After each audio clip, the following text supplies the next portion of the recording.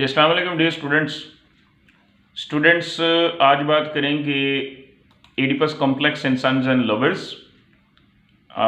Oedipus complex क्या होता है और सन्स एंड लवर्स के अंदर एडिपस कॉम्प्लेक्स को हम लोकेट करने की कोशिश भी करेंगे। आप जानते हैं कि Sons and lovers D.H. Lawrence ने लिखा है और इस नावल के अंदर एडिपस कॉम्प्लेक्स का बहुत ज़्यादा इस्तेमाल है। तो हमने आज देखना है कि जी एडिपस कॉम्प्लेक्स क्या होता है। सबसे पहले तो अल्फाज पे गौर कीजिएगा। एडिपस के बारे में आप अच्छी तरह से जानते हैं कि लफ्ज़ एडिपस जो है वो एक बहुत ही मशहूर तरीन ड्रामा एडिपस रेक्स से लिया गया है और लफ्ज़ कॉम्प्लेक्स का मतलब होता है जी कोई पेचीदा चीज़। याद रहे डियर स्टूडेंट्स के अगर आपके दिमाग में कोई सोचें जन्म लेती हैं तो आप उन सोचों को उनका कोई ना कोई हल आप ज़रूर निकाल लिया करें, वरना वो एक कॉम्प्लेक्स की शक्ल इख्तियार कर लेती हैं और मामला उस वक़्त और भी ख़राब हो जाता है जब आपके इर्द गिर्द मौजूद लोग भी उस कॉम्प्लेक्स को सॉल्व ना करें बल्कि उसको और बढ़ावा दें। वो सुपीरियॉरिटी कॉम्प्लेक्स हो सकता है, वो इन्फीरियरिटी कॉम्प्लेक्स हो सकता है, या फिर आज का जो है एडिपस कॉम्प्लेक्स भी हो सकता है। तो आज हम एडिपस कॉम्प्लेक्स को भी समझेंगे और सन्स एंड लवर्स में इसको लोकेट भी करेंगे। तो सबसे पहले तो देखते हैं जी कि एडिपस कॉम्प्लेक्स क्या होता है, फिर देखेंगे कि सन्स एंड लवर्स में एडिपस कॉम्प्लेक्स किधर है। The term Oedipus complex was taken from Sophocles masterpiece Oedipus Rex. तो मैंने जैसे आपको पहले भी बताया था कि बहुत ही मशहूर यूनानी ड्रामा निगार था सोफोक्लीज, उसके ड्रामे एडिपस रेक्स से ये अल्फाज एडिपस कॉम्प्लेक्स लिए गए हैं। और ये ली किसने है टर्म, किसने ये टर्म इजाद की है एडिपस रेक्स से, तो जनाब सिगमंड फ्राइड साहब थे, ऑस्ट्रेलियन न्यूरोलॉजिस्ट थे। इनकी ह्यूमन साइकी के बारे में थेरीज मॉडर्न एज में बहुत मशहूर हुई हैं और बहुत सारे मॉडर्न नॉवलिस्ट ने इनकी थेरी से फ़ायदा उठाया है, जिनमें जेम्स जॉयस का नाम बहुत ज़्यादा नुमाया है and of course D.H. Lawrence साहब ने भी अपने मौजूदा नावल में एडिपस कॉम्प्लेक्स का बहुत ज़्यादा इस्तेमाल किया है, और इस थेरी को पेश करने वाला था सिगमंड फ्राइड। तो हमने लफ्ज़ आपको बता दिया कि एडिपस रेक्स से ये लफ्ज़ बनाए गए एडिपस कॉम्प्लेक्स, और जनाब सिगमंड फ्राइड साहब ने ये लफ्ज़ इजाद किया था एडिपस कॉम्प्लेक्स।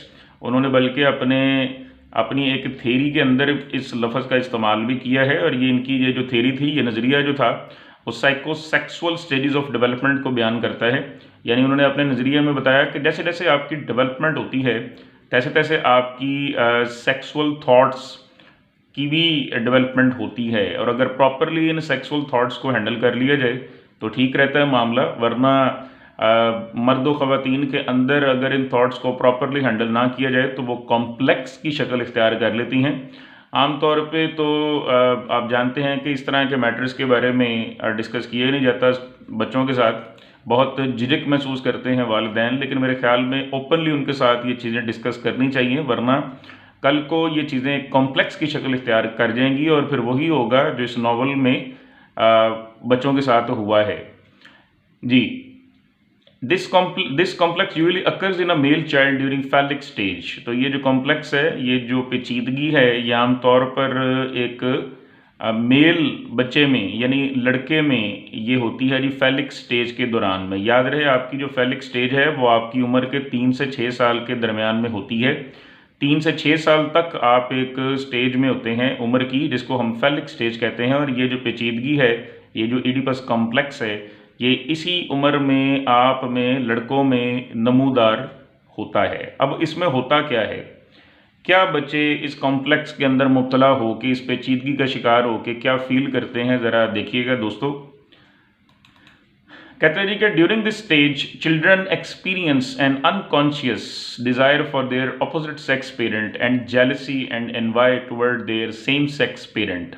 होता क्या है कि बच्चे गैर इरादी तौर पर और लाशऊरी तौर पर ख्वाहिश करते हैं अपने ऑपोजिट सेक्स पेरेंट की, और जेलसी और हसद महसूस करते हैं अपने सेम सेक्स पेरेंट की। मतलब क्या हुआ कि अगर लड़का है तो उसको ऑपोजिट सेक्स पेरेंट में यानी अपनी माँ के अंदर अट्रैक्शन फील होती है, बहुत ज़्यादा अट्रैक्शन फील करता है वो अपनी माँ की तरफ, और अगर लड़की है तो अपने वालिद की तरफ बहुत ज़्यादा अट्रैक्शन फील करता है। वहीं पर दूसरा काम ये होता है कि लड़के को अपने बाप से नफ़रत महसूस होती है क्योंकि वो उसी की जिन्स का है, वो भी मेल है, और लड़की को अपनी माँ से नफ़रत और हसद महसूस होता है क्योंकि वो उसी की जिन्स की है, वो भी एक लड़की या एक खातून है।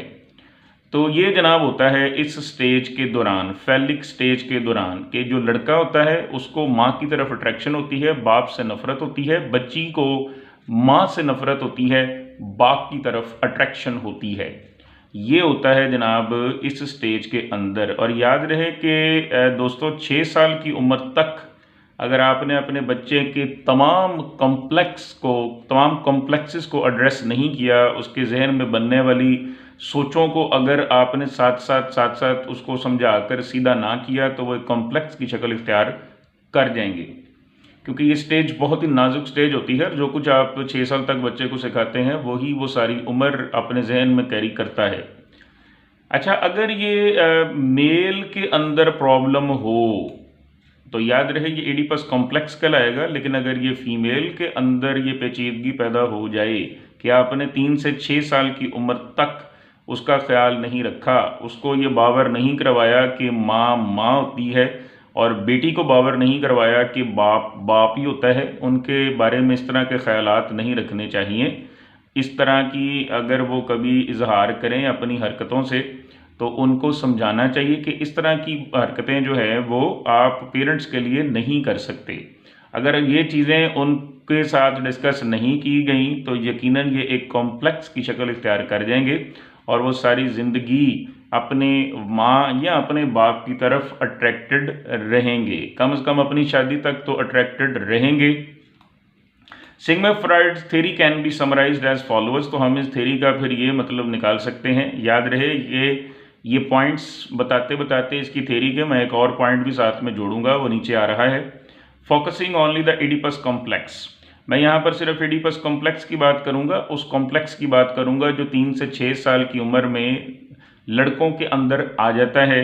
उसके बारे में सिगमंड फ्रॉइड साहब ने जो थ्योरी दी है उसके ये पॉइंट्स हैं जी। Erotic attachment to mother, mother की तरफ जो है जी वो एरोटिक अटैचमेंट होती है, यानी सेक्सुअल अट्रैक्शन फील होती है। राइवलरी विद फादर, वालिद साहब के हवाले से जहन में दुश्मनी आ जाती है, वालिद को लड़का अपना दुश्मन तस्वर करता है, अपना रकीब ख्याल करता है। फियर ऑफ कैस्ट्रेशन, और इसको डर होता है कि उसका वालिद कहीं उसका सेक्सुअल ऑर्गन जो है उसको रिमूव न कर दे। तो ये जनाब 3 पॉइंट्स हैं जो एडिपस कॉम्प्लेक्स के दौरान में लड़के के अंदर पाए जाते हैं।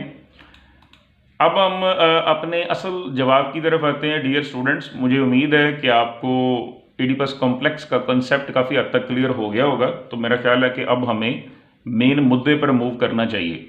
अब हम सन्स एंड लवर्स की बात करते हैं कि यहाँ पर एडिपस कॉम्प्लेक्स किधर है जी।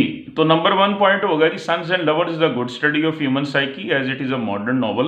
चूँकि आप जानते हैं कि हम मॉडर्न नॉवल को डिस्कस कर रहे हैं, तो सन्स एंड लवर भी मॉडर्न नॉवल है, और तमाम मॉडर्न नॉवल जो हैं वो ह्यूमन साइकी की बहुत अच्छी स्टडी करते हैं। Getting disillusioned with the outside world, modern novelist move to the inner. बाहर की दुनिया से डिसइल्यूजन होके, मायूस होके, मॉडर्न नॉवलिस्ट ने अंदर की दुनिया का इंतखाब किया, और आपको मॉडर्न नॉवेल्स के अंदर की दुनिया यानी ह्यूमन साइकी के बारे में बहुत सारी चीज़ें नज़र आती हैं, जिस तरह एपिफैनी का कंसेप्ट है, जैसे स्ट्रीम ऑफ कॉन्शियसनेस का कंसेप्ट है, और अभी जो मैंने आपके साथ एडिपस कॉम्प्लेक्स में डिस्कस किया वो भी एक जहनी हालत का नाम है। तो वो उन्होंने अंदर की तरफ मूव किया, ह्यूमन साइकी के ऊपर फोकस किया, बाहर की दुनिया को उन्होंने छोड़ दिया, क्योंकि बाहर जंगें हो रही थी, एटमी जंगें हो चुकी थी, और बाहर का माहौल बड़ा नफ़रत अमेज़ था। तो उन्होंने गॉड की जो प्रेजेंस है, गॉड की जो आइडेंटिटी है, इवन कि उसको भी चैलेंज किया गया कि वो भी नहीं है। तो बाहर की दुनिया तो बहुत ही फ्रस्ट्रेटिंग थी, तो लिहाजा उन्होंने अंदर की दुनिया की तरफ मूव करने का फ़ैसला किया।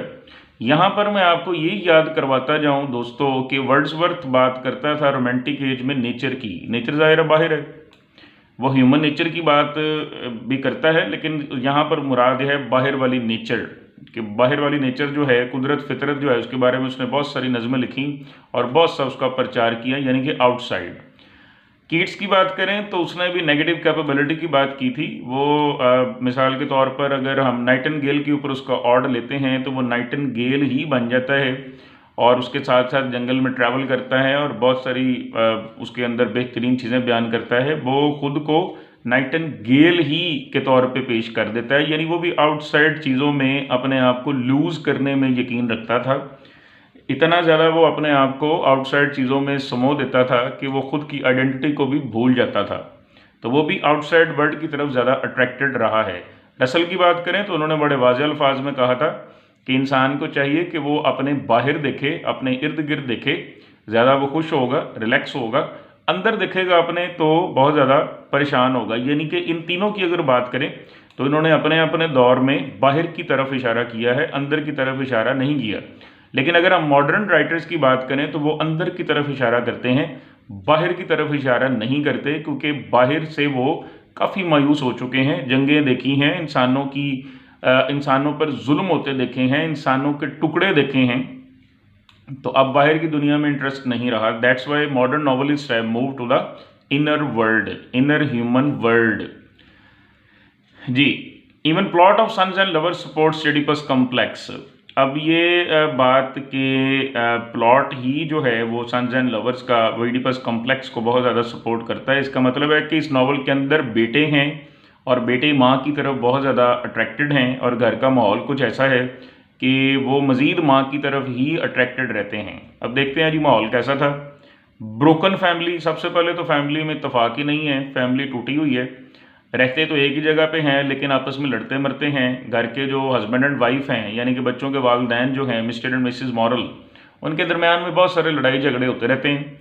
तो ब्रोकन फैमिली है, और इस ब्रोकन फैमिली की वजह से बच्चों पे तवज्जो नहीं है और बच्चों में डिफरेंट किस्म के कॉम्प्लेक्सेस जन्म ले रहे हैं और नशोनुमा पा रहे हैं। अट्रैक्शन टुवर्ड्स मदर, माँ का नाम है जी गर्ट्रूड मॉरल। बच्चे ख़ासतौर पर लड़के वो माँ की तरफ अट्रैक्टेड हैं। याद रहे कि मिस्टर एंड मिसेस मॉरल के 4 बच्चे हैं, एक बेटी है एनी और बाकी 3 बेटे हैं, विलियम, पॉल एंड ऑर्थर, और वो सारे बेटे माँ की तरफ ज़्यादा अट्रैक्टेड हैं। वजह hated for quarrelsome drunkard father, क्योंकि वो अपने शराबी झगड़ालू बाप से शदीद नफ़रत करते हैं, और माँ उनकी पढ़ी लिखी है, माँ उनकी बड़ी बावकार खातून है, तो वो माँ की तरफ ज़्यादा अट्रैक्टेड रहते हैं और बाप से ज़रा डिस्ट्रैक्टेड ही रहते हैं, बाप को इग्नोर करते हैं, बाप से नफ़रत करते हैं। Mr Morel hates his sons unreal attraction towards his wife. Mr Morel जो है, यानी कि जो घर का जो सरबराह है, उसको अपने बेटों की गैर मामूली जो अट्रैक्शन है अपनी माँ की तरफ, यानी उसकी बीवी की तरफ, वो उसको बहुत बुरी लगती है कि बच्चे मेरी बजाय माँ की तरफ अट्रैक्ट क्यों होते हैं और ये इतना ज़्यादा अट्रैक्ट क्यों हो रहे हैं माँ की तरफ। उसको सेंस हो जाता है कि माँ और बेटों के दरमियान में अनहेल्दी रिलेशनशिप है। While Mrs Morel gets emotionally attach to her sons, जबकि मिसेस मॉरल जो है बच्चों के साथ अटैचमेंट इसलिए भी है कि वो अब जज्बाती अटैचमेंट में है।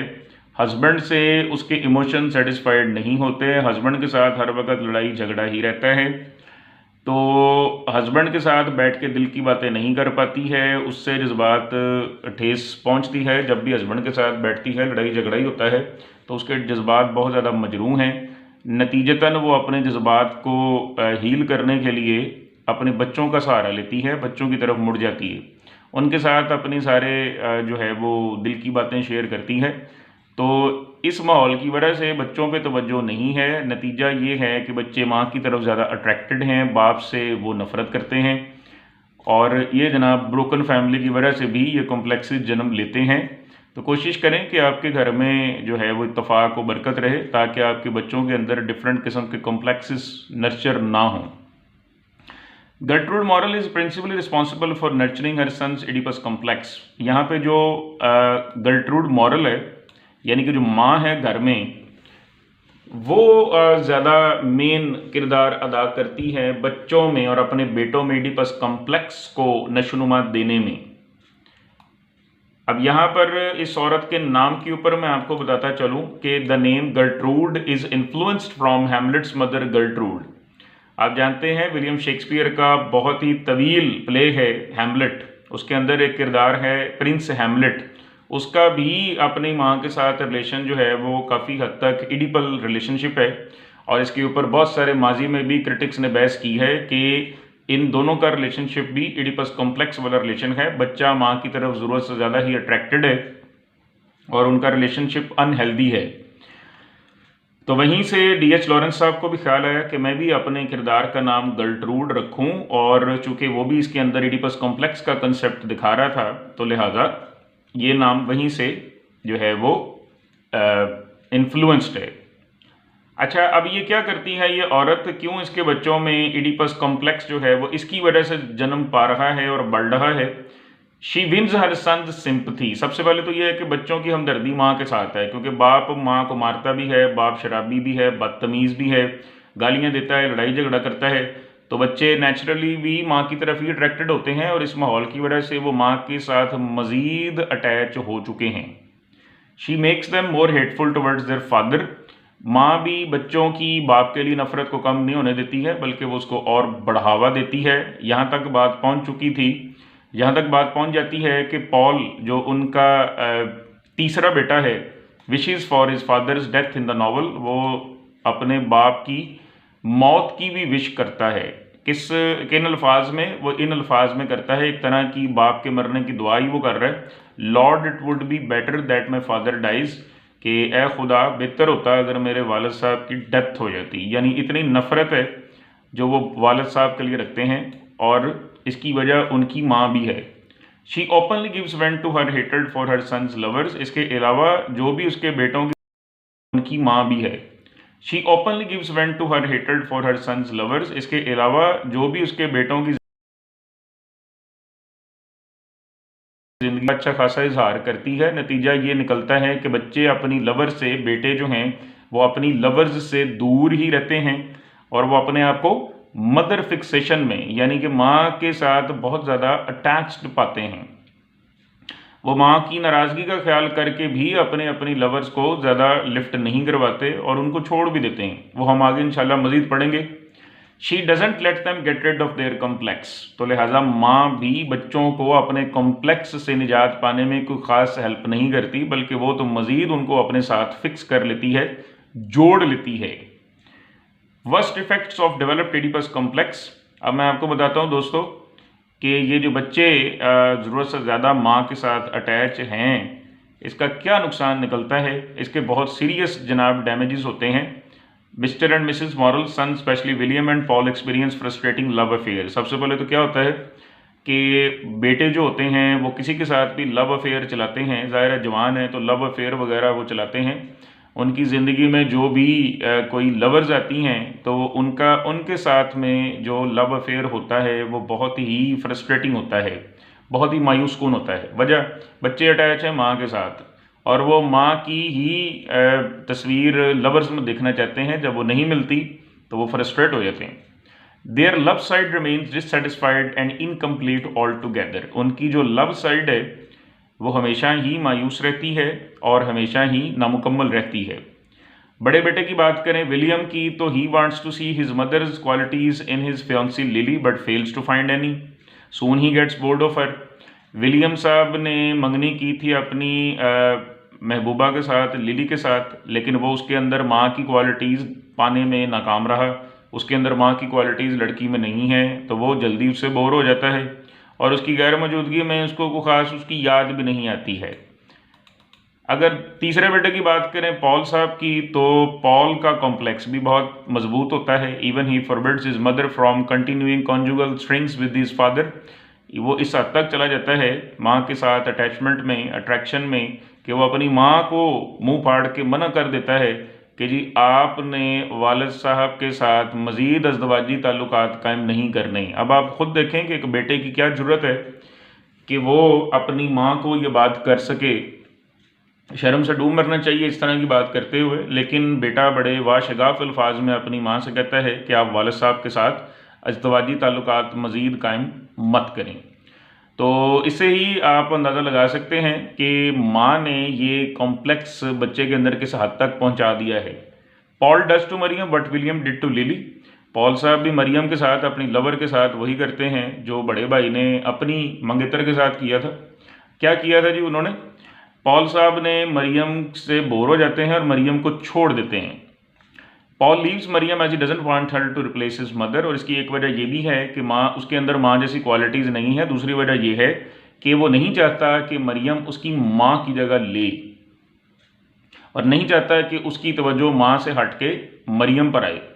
Gertrude too hates Miriam leavers a lot. Gertrude साहबा भी, उसकी माँ भी पॉल की वाज़ेह बता देती है कि जी मुझे मरियम अच्छी नहीं लगती, मुझे इससे नफ़रत है। ये मज़ीद भी अपने सन को कहती है कि ये तो तुम्हारी रूह तक चूस लेगी। तो इन बातों से भी परेशान होकर पॉल मरियम को छोड़ने का फ़ैसला करता है। Paul continues his illicit relationship with Clara. वो क्लैरा के साथ अपना नाजायज़ ताल्लुक बरकरार रखता है। As she will not divorce her husband, क्योंकि उसको कन्फर्म है कि क्लैरा अपने हस्बैंड को नहीं छोड़ेगी। हस्बैंड का नाम है जी बैक्स्टर डॉज, कुछ लोग बैक्स्टर डेविस भी कहते हैं। And so she is not a threat to his mother's place at all. लिहाजा ये लड़की उसकी माँ की जगह कभी नहीं ले सकती, क्योंकि ये लड़की अपने शौहर को छोड़ने पर तैयार नहीं है। तो चूँकि ये लड़की उसकी माँ के लिए कोई ख़तरा नहीं है, वो शादी करके पॉल के घर नहीं आएगी, तो लिहाजा वो इतना बड़ा ख़तरा नहीं है। इसके साथ वो अपना रिलेशनशिप कायम रखता है। लेकिन नेक्स्ट पॉइंट बहुत इंपॉर्टेंट है जी। But Paul soon gets bored of both Miriam and Clara as neither of them could free him of mother fixation Oedipus complex. लेकिन पॉल जल्द ही अपनी दोनों लवर्स से बोर हो जाता है, उनको छोड़ देता है, उनसे उकता जाता है, क्योंकि दोनों ही नाकाम रही हैं पॉल को एडिपस कॉम्प्लेक्स से बचाने में या निकालने में, आज़ाद करने में। वो एंड तक अपनी माँ के साथ ही अटैच रहता है, मदर फिक्सेशन में रहता है, एडिपस कॉम्प्लेक्स में रहता है। इन दोनों लड़कियों में उसको माँ जैसी आइडियल क्वालिटीज़ नज़र नहीं आती और वो स्टिल अपनी माँ की तरफ अट्रैक्टेड ही महसूस करता है। लिहाजा वो इन दोनों को छोड़ने का फ़ैसला कर लेता है। सेवन्थ पॉइंट देखिएगा students, which is very very important and of course it is the last point. Last point इस तरह से है कि जी how do sons try to break off Oedipus complex. फिर ये जो लड़के हैं, ये जो बेटे हैं, ये किस तरह से एडिपस कॉम्प्लेक्स को तोड़ने की कोशिश करते हैं। तो यहाँ पर देखिएगा कि William Morel moves to London. William Morel साहब तो नौकरी के सिलसिले में लंदन चले जाते हैं। वहाँ पे कुछ वो माँ की इस तार से, इस स्ट्रिंग से, इस जाल से, इस कॉम्प्लेक्स से, इस अटैचमेंट से काफ़ी हद तक रिलीफ महसूस करता है। जबकि पॉल मॉरल जो है वो अपनी माँ को दवाई की डोज ज़्यादा दे देता है, जिससे माँ की डेथ हो जाती है। और माँ की डेथ के बाद भी मतलब पॉल को रिलीफ नहीं मिलता है। वो माँ की डेथ के बाद भी माँ के ही सोचता रहता है, और बल्कि माँ के साथ मिलने के लिए, माँ के पास जाने के लिए वो सुसाइड करने के बारे में भी सोचता है। खैर बाद में वो सुसाइड नहीं करता और शहर जाने वाली सड़क पर अपने पैर रख लेता है और इस बात का इशारा देता है नावल के आखिर में कि अब वो एक नई ज़िंदगी शुरू करना चाहता है, जहाँ पर कोई कॉम्प्लेक्स नहीं होगा, कोई मदर फिक्सेशन नहीं होगी, और वो आज़ादी के साथ किसी लड़की के साथ अपनी ज़िंदगी नेक्स्ट स्टार्ट करेगा। क्योंकि जब तक माँ ज़िंदा रही उसका कोई भी लव अफेयर कामयाब नहीं हुआ, लेकिन माँ के मरने के बाद शायद उसको कोई रिप्लेसमेंट मिल जाए, क्योंकि ज़ाहिर है मदर फिक्सेशन से अब उसको निजात मिल जाएगी।